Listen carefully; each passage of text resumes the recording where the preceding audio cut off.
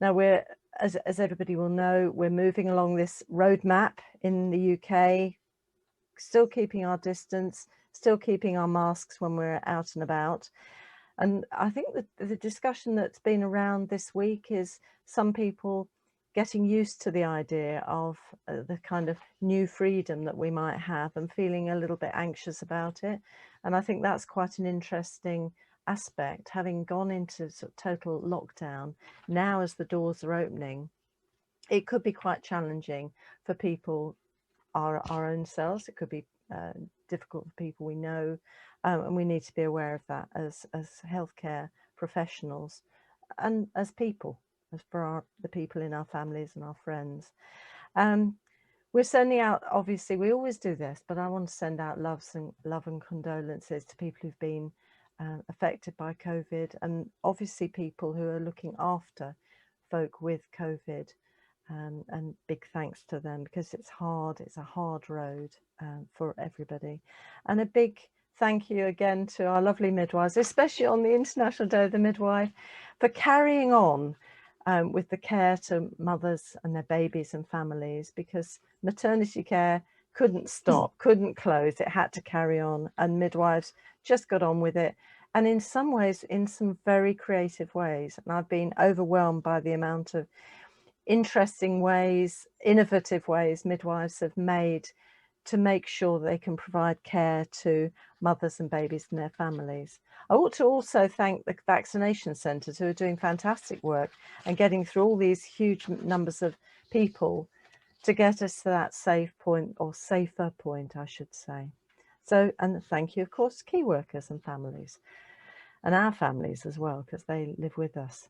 And today, and just a bit on the news, of course, today it's International Day of the Midwife. And I've had great fun personally at my local maternity unit, giving out little goodie bags. And I was just showing my friends earlier, we were giving little bags to say just a little thank you to our midwives for all the work they do. And it was really nice also to share some cake. And I have to say, I was very strong. I didn't have any cake, but the midwives, there's always cake where there are midwives. And there was, you know, that we were all socially disadvantaged. So I would say we had socially distanced cake.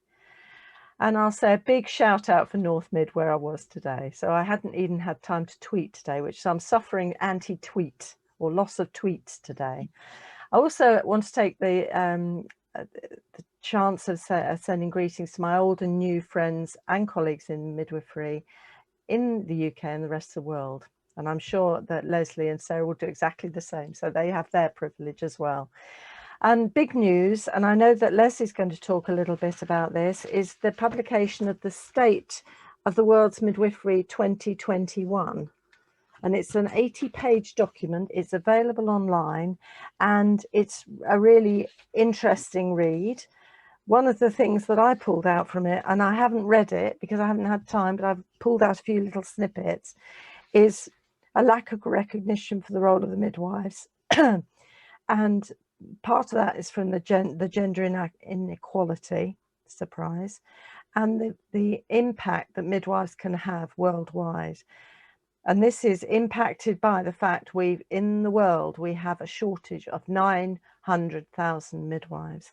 And just imagine if we had an additional 900,000 midwives, what we could do for the health of women, their babies and families, and the society.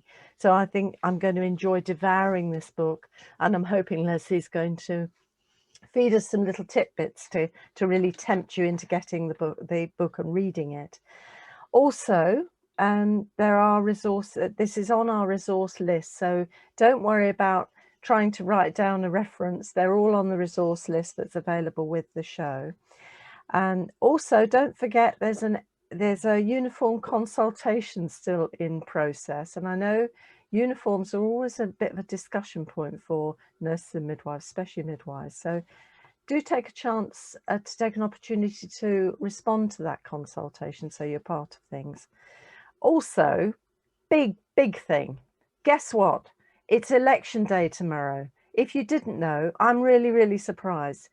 I hope you're all going to get out there and vote. And if you don't, take a big shout from me, because we had to work for that vote. Women that have gone before got us our vote, and we must use our vote. For men as well, because men didn't always have, not all the men had the vote. So do go out there and vote. The polling stations open quite early too, so you can get there. So I'm going to now move on to the main meat of this evening. Having given you a bit of a nag, I'm going to move on. So we're going to be looking at this evening at the contemporary role and challenges the midwives face and manage, the things that impact on women, the well-being of women and their babies and families, including practical advice on how midwives can work with women to really protect their cultural identity. And I know we've been talking a little bit about this aspect in previous times, but this is I think is going to be very helpful for us. And then we're going to be looking at some reflections on the International Day of the Midwife with Lesley. So I'm going to start with Sarah Esegbona-Adeigbe, I hope I've got it right this time, who's a senior midwifery lecturer and the course director for the short midwifery programme at London South Bank University. And she leads modules on complex needs in childbirth.